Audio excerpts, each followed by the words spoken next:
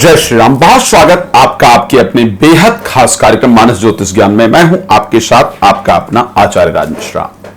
हमारा प्रयास आज आपके लिए यह है कि एक राशि की कंप्लीट जानकारी हम आपको प्रोवाइड कराएं। आज हम बात करेंगे मेष राशि के लिए, मेरी बहुत प्रिय राशि, मेरी बहुत पसंदीदा राशि मेष राशि। हिंदी में एरीज साइन इंग्लिश में कहा जाता है।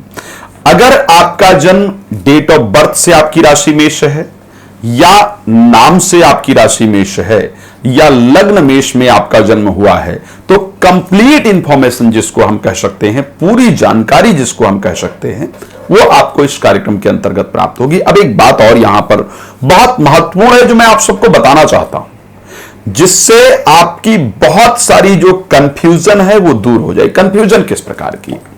हम जनरली देखते हैं इस दुनिया में मेष राशि के बहुत सारे लोग हैं। बहुत सारे लोग, एक चुटकुला भी कहा करते हैं कि राम की भी तुला राशि थी और रावण की भी तुला राशि थी। एक दोनों के विचारों में इतना सारा परिवर्तन था, तो ज्योतिष का मतलब कुछ नहीं होता है। बहुत सारे लोग कहते हैं कि एक ही राशि के इस दुनिया में इतने सारे लोग होते हैं। आप देखेंगे, जब एक आदमी मेष राशि का देखेंगे जो किसी बहुत बड़ी पोजीशन पर बैठा होगा, तो वही दूसरा मेष राशि का व्यक्ति देखेंगे जो शायद अपने जीवन में फावड़ा चला रहा होगा।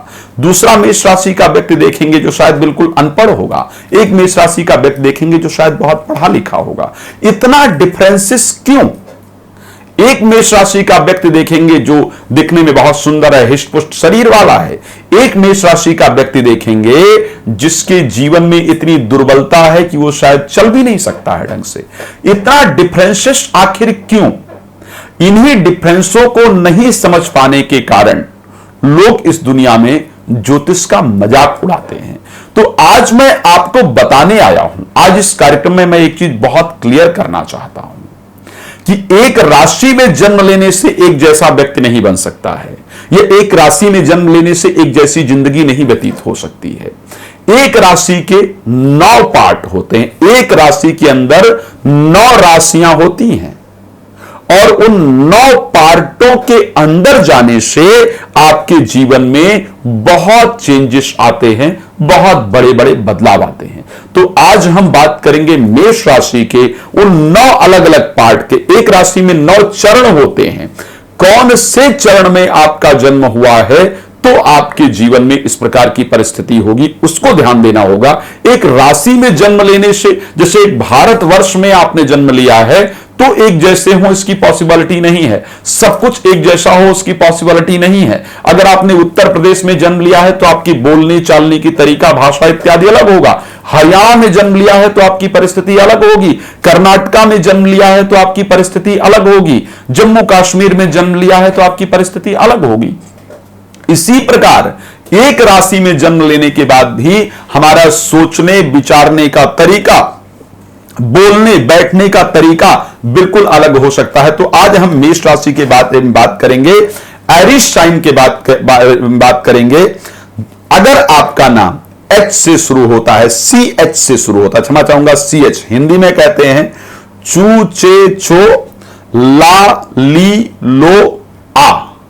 चू चे चो ला ली लू ले लो आ, ये इन अक्षरों से अगर आपका नाम शुरू होता है तो मेष राशि बनती है। अब मेष राशि में ये 9 अलग अलग चरण हैं। कितने नक्षत्र बनकर के मेष राशि बनती है? अश्वनी नक्षत्र के 4 चरण, भरणी नक्षत्र के 4 चरण और कृतिका नक्षत्र का 1 चरण बनकर के बनता है मेष राशि। अब अगर आपका मेष राशि में जन्म होता है तो आपके जीवन में कब कब क्या घटनाएं घटित होती हैं, किस प्रकार आपकी परिस्थिति होती है, इस पर हम आज विस्तार से चर्चा करेंगे। आने वाले कार्यक्रमों में हम आपके बिजनेस को लेकर के, आपकी नौकरी को लेकर के, आपकी मैरिज लाइफ को लेकर के बहुत सारी चीजों के बारे में चर्चा करेंगे। अगर पहले चरण में जन्म होता है, यानी अश्वनी नक्षत्र के पहले चरण के अंतर्गत आपका जन्म होता है, तो ऐसी परिस्थिति में आप जीवन में राजा जैसी परिस्थिति को प्राप्त करते हैं। आप जीवन में बहुत विख्यात होते हैं। इसलिए कहा जाता है कि अगर किसी एक ही मेष राशि का व्यक्ति राजा है तो दूसरा रंग क्यों है।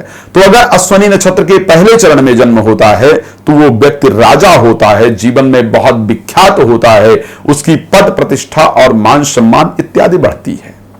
अगर द्वितीय भाव में द्वितीय चरण के अंतर्गत किसी का जन्म होता है तो व्यक्ति धनी होता है, उसके पास धन की बड़ी अधिकता होती है। बुद्धि इत्यादि बेशक कम हो लेकिन धन की बड़ी अधिकता होती है, बड़ी संपन्नता होती है।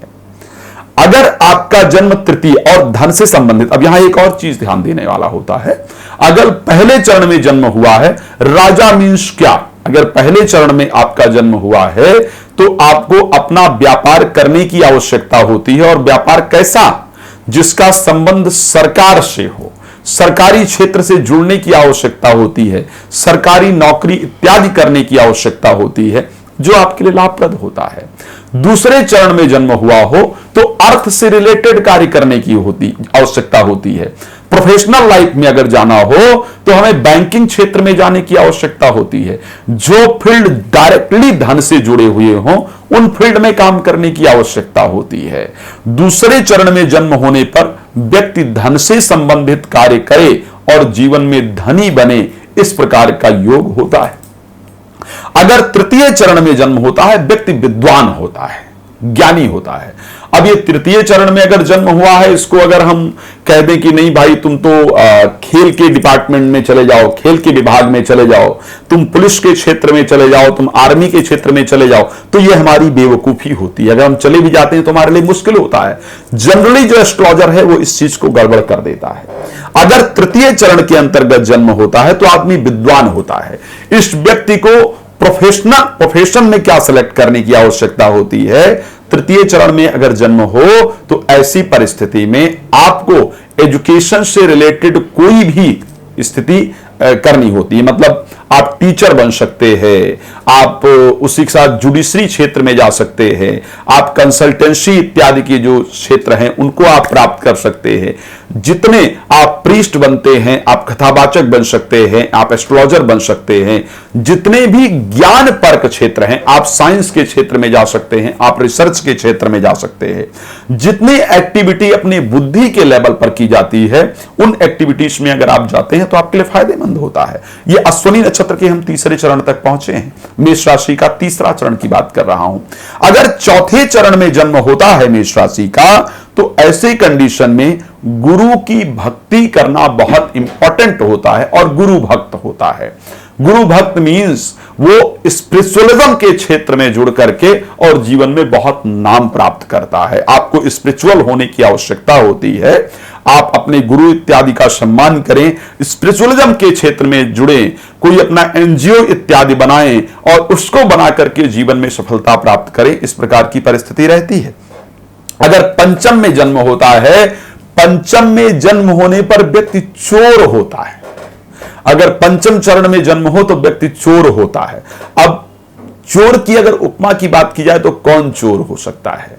जनरली शेयर मार्केट से काम करने वाले लोग, पंचम चरण में अगर जन्म हो, शेयर मार्केट से काम करने वाले लोग, जुआ, लॉटरी, सट्टा इत्यादि में धन इत्यादि लगाने वाले लोग, इनको वेद में चोर की श्रेणी में रखा गया है।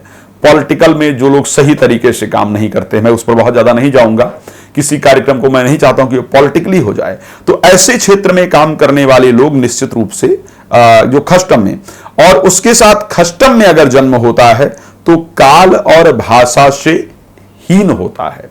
ऐसे व्यक्ति को दूसरी भाषा को सीख करके ट्रांसलेटर इत्यादि की जो भूमिका है वो अगर निभाता है, दूसरी भाषा को सीखता है, तो इसके लिए बहुत फायदेमंद होता है। सप्तम में अगर हो तो ध्यान, साधना, योग इन क्षेत्र में अगर जाता है तो ऐसे कंडीशन में उसके लिए बहुत लाभप्रद होता है।